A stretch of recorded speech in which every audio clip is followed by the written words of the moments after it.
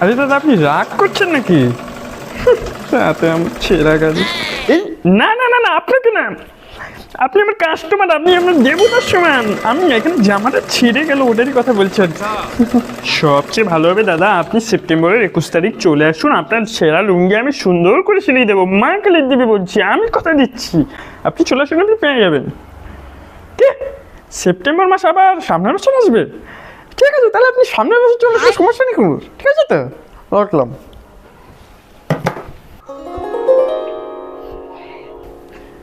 আরে শান্তদা যে, ভালো আছিস? বলছি পাখাটা একটু ঘুরে দিন না, বহুত গরম লাগছে আর কি।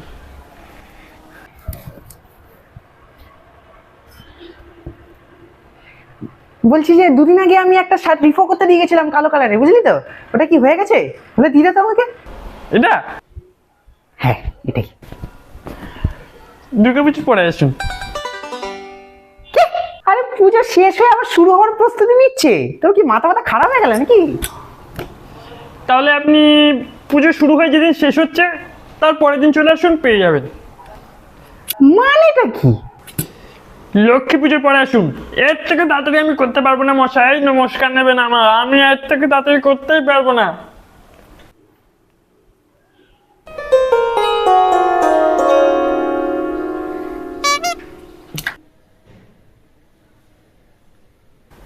শান্তদা, আপনার সমস্যাটা কি আপনি জানেন? আপনি মজা বোঝেন না, আরে আমি মজা করছিলাম আপনার সাথে, দেখুন আপনার জামা রেডি আছে পেছনে। তাই নাকি? হ্যাঁ, এইসব মজা মজা করবি না, টেনশনে পড়ে গেছিলাম না, জামাটা লাগবে আজকে। তাড়াতাড়ি দে, তাড়াতাড়ি দে। শুধু আপনি কালী পুজোর পরে আসুন, পেয়ে যাবেন।